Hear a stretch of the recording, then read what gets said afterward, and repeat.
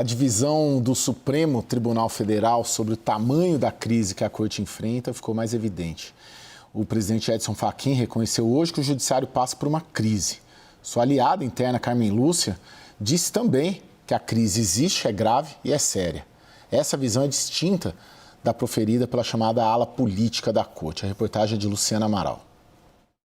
Edson Fachin discursou para alunos de uma universidade particular em São Paulo e disse que não se pode negar o momento difícil pelo qual atravessa o Supremo. E efetivamente nós estamos imersos em relação à atuação do Judiciário, uma crise que precisa ser enfrentada. E enfrentada com olhos de ver e ouvidos de ouvir, sob pena de repetirmos para problemas novos soluções velhas que significam simplesmente relegar os problemas sem resolvê-los. De acordo com Fachin, se um juiz parecer atuar como agente político disfarçado de intérprete jurídico, há uma perda da confiança na magistratura.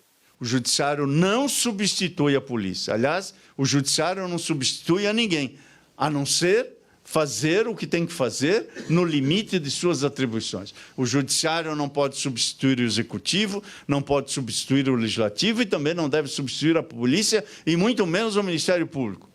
Juiz julga, não acusa, não investiga. E, portanto, nesses limites é que o Judiciário deve atuar. As falas destoam da maioria dos ministros do Supremo, que ou preferem manter silêncio sobre o assunto ou negar publicamente aspectos que têm desgastado a imagem da Corte. É o caso das relações de Dias Toffoli e Alexandre de Moraes com o Banco Master e o ex-banqueiro Daniel Vorcaro. O código de conduta defendido por Fachin, por exemplo, não conseguiu sair do papel. Uma das únicas vozes atuantes ao lado de Fachin tem sido a de Carmen Lúcia. Também nesta sexta, a ministra classificou a crise de confiabilidade enfrentada pelo Judiciário como grave e séria. As tensões ganharam novos contornos nessa semana com ameaças de cassação feitas por Gilmar Mendes e Dias Toffoli contra o senador Alessandro Vieira, que no relatório da CPI do crime organizado pediu o indiciamento dos dois ministros, além de Alexandre de Moraes e do Procurador-Geral da República, Paulo Gonet. Fachin tentou colocar panos quentes e negou que haja uma crise entre judiciário e legislativo. Mesmo assim, Vieira foi às redes defender o resultado apresentado na CPI e a pertinência temática dos pedidos de indiciamento. A avaliação é de um balanço delicado, em que admitir erros poderia expor o Supremo a mais críticas, fragilizando ainda mais os ministros. Ao mesmo tempo, há quem defenda que a Corte tem de agir sob risco de sofrer uma reforma externa, com potencial de desagradar ainda mais os magistrados. Lucas, hoje ficou patente ali a divisão sobre o diagnóstico e a forma de reagir do Supremo Tribunal Federal. Fachin e a Carmen Lúcia admitem uma crise, dizem que a crise é séria, que a crise é grave. E o Gilmar Mendes, agora há pouco, numa entrevista para os nossos colegas da Bandeirantes, diz praticamente o contrário, né? Ele rebate essa visão alarmista, diz que não concorda com essa visão, que há o copo meio cheio, o copo meio vazio, e dá uma cutucada tremenda na Carmen Lúcia em razão da condução dela no TSE sobre o processo do Cláudio Castro, lá no Rio de Janeiro. Afinal, na sua percepção, essa crise vem e advém muito dessa divisão de diagnósticos dessas diferentes alas do Supremo? Boa noite, Caio. Olha, eu acho que não é só isso. Claro que essa divisão dentro do Supremo expõe a crise, mas a crise vem muito antes, né? A crise, quando você tem mais de metade dos senadores buscando ali um impeachment de ministros, existe uma crise, né? Quando mais de 60 parlamentares são investigados pelo STF, é porque existe uma crise. Quando o executivo fica usando o STF ali para driblar algumas resistências no legislativo, é porque tem uma crise. Quando o mundo político usa o STF como PROCON da política, porque não gosta do resultado de uma votação e provoca a judicialização da política, indo questionar a Suprema Corte, é porque tem uma crise, né? Então, a gente tem hoje eu discordo ali da visão de que não há uma crise institucional entre judiciário e legislativo, porque, na minha opinião, existe uma crise e com uma chance, uma tendência até de piora, né? Porque no ano que vem a gente tem um cenário que ainda, obviamente, tem muita água para rolar, tem muito chão pela frente, mas existe um cenário, digamos, realista, de um Senado mais à direita, de um Senado onde o assunto impeachment de ministro do STF, ou pelo menos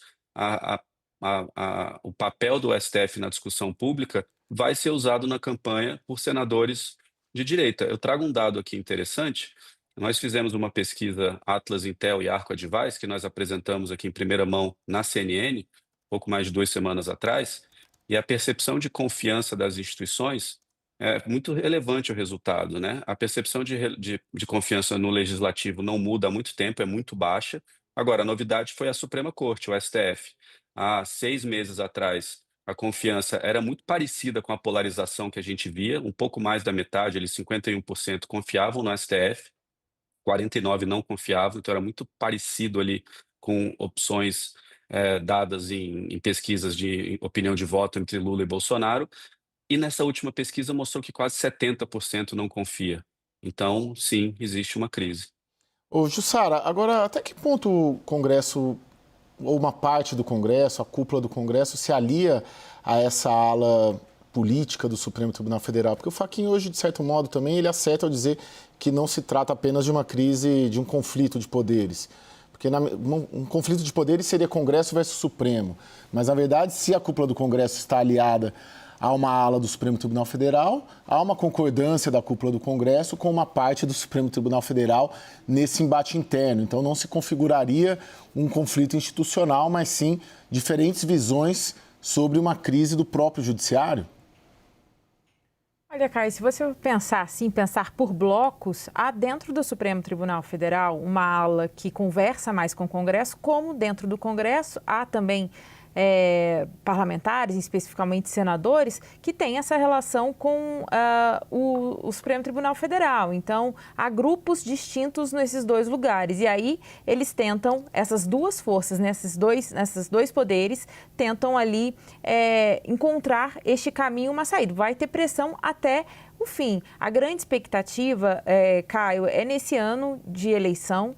E, claro, a gente vê tudo quase como uma organização para deixar as coisas acontecerem em 2027. Porque a gente sabe que tem uma pressão, a direita traça uma estratégia e a direita é a mais combativa, é que pede impeachment do ministro do Supremo. Como essa nova configuração de um Senado pode, de fato, escalar essa crise. Mas também, Caio, conversando muito aqui em Brasília, há uma percepção também que de repente, uma mudança de poder, né? Uma eventual vitória, por exemplo, de Flávio Bolsonaro, hoje empatado tecnicamente com o presidente Lula, isso também pode dar uma outra perspectiva, porque, embora o bolsonarismo tenha se caracterizado, né, e levantado esse enfrentamento com o Supremo Tribunal Federal, já começa a haver reflexões internas que, caso volte ao poder, é preciso reposicionar diante da corte. Então, há um caminho aí muito longo. Eu acho que, neste momento,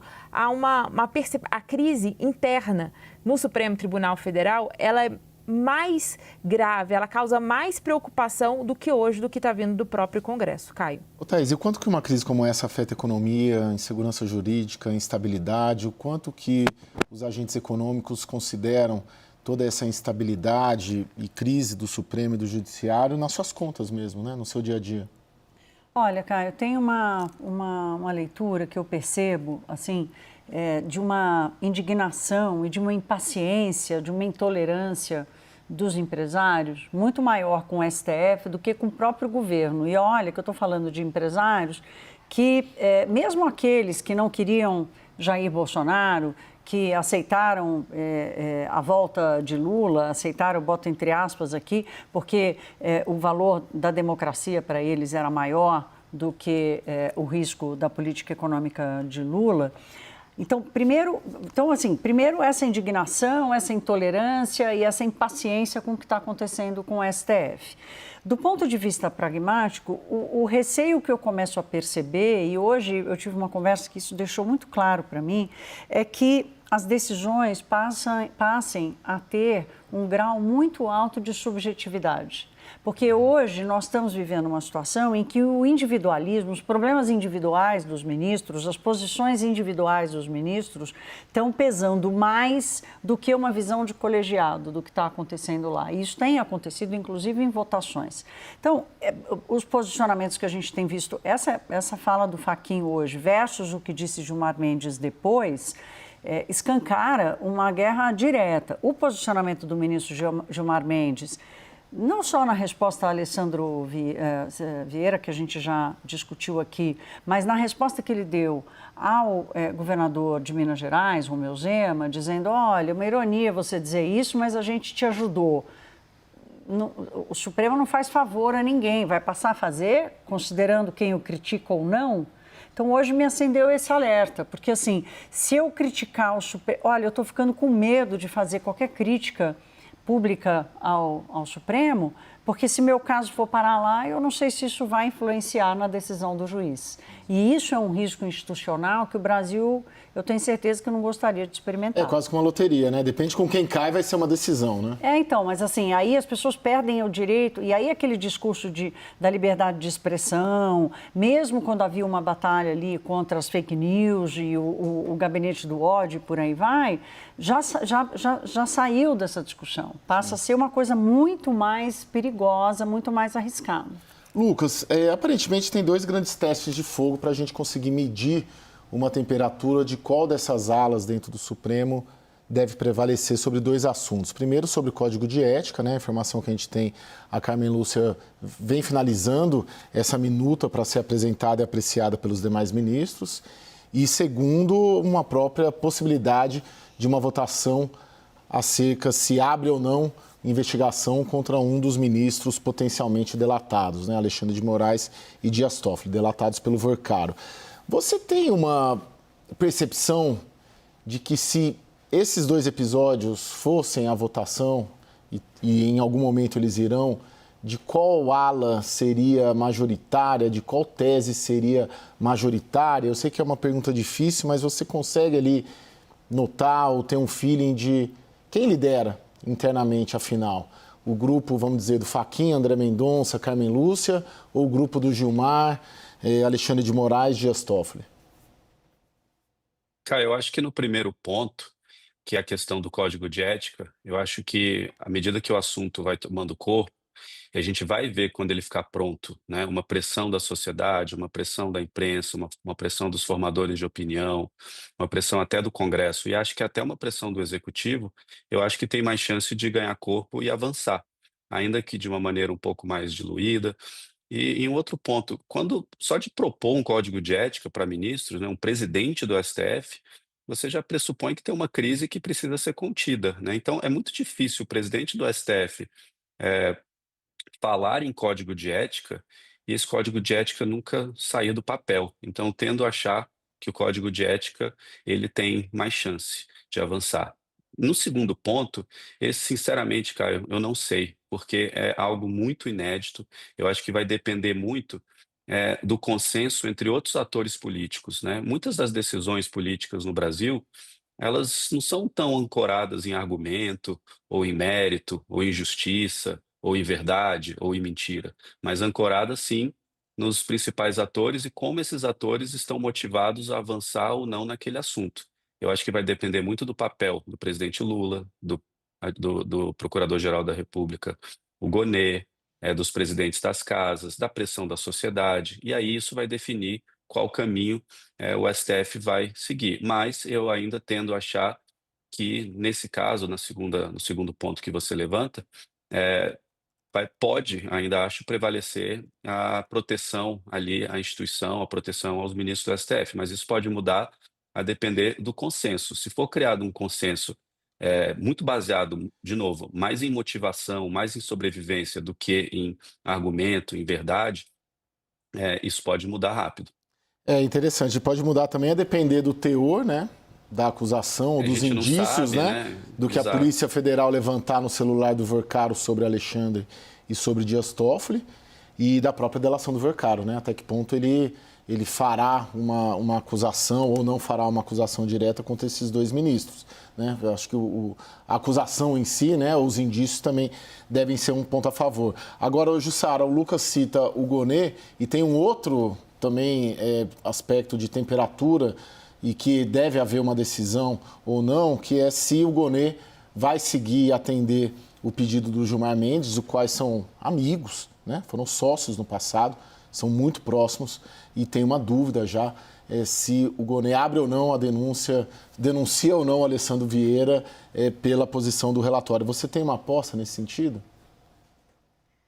Não tem não, mas trago, né, lembrando aqui que Paulo Gonê também foi citado, né, houve também um pedido de indiciamento contra o próprio Paulo Gonê. Então, é uma situação que a avaliação de modo geral é que esse relatório do senador Alessandro Vieira, relator da CPI do crime organizado, na verdade, ele deu uma escada para o Supremo Tribunal Federal buscar reagir no momento de muita crise. Então, quando Alessandro Vieira, neste relatório, deixa de mencionar líderes de organizações criminosas, de mencionar as facções, que era ali a iniciativa, o motivo para se criar essa CPI do crime organizado, e aí esquece tudo isso e passa a mirar os ministros do Supremo Tribunal Federal, por mais que esses argumentos apresentados por ele, de fato, estão em debate, estão sendo questionados, o fato é que dá o argumento de que há um desvio de finalidade da CPI. Então,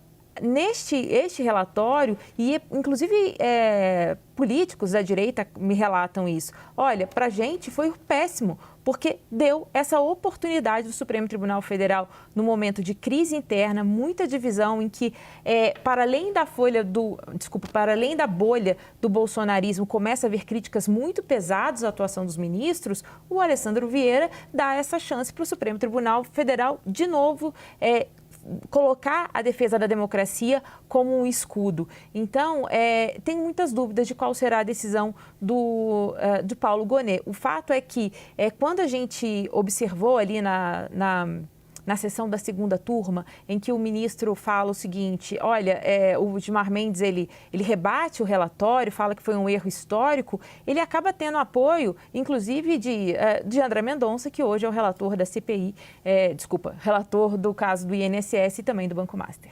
Bom, deixa eu fazer rapidamente um apontamento aqui do que a Jussara falou, quando ela fala que mesmo que Flávio Bolsonaro ganha, a tendência é que haja alguma acomodação. Vamos lembrar que o Poder Executivo tem dependido muito do STF para governar, porque o Congresso Nacional tem sido errático, as coisas são aprovadas de uma hora para outra que não fazem nenhum sentido, e o STF tem salvou o governo Lula várias vezes. Qualquer governo que sente lá vai precisar da mesma ferramenta se essa relação continuar. Eu não sei que tipo de arranjo institucional vai se dar e que tipo de equilíbrio isso vai gerar, mas eu vejo como uma preocupação.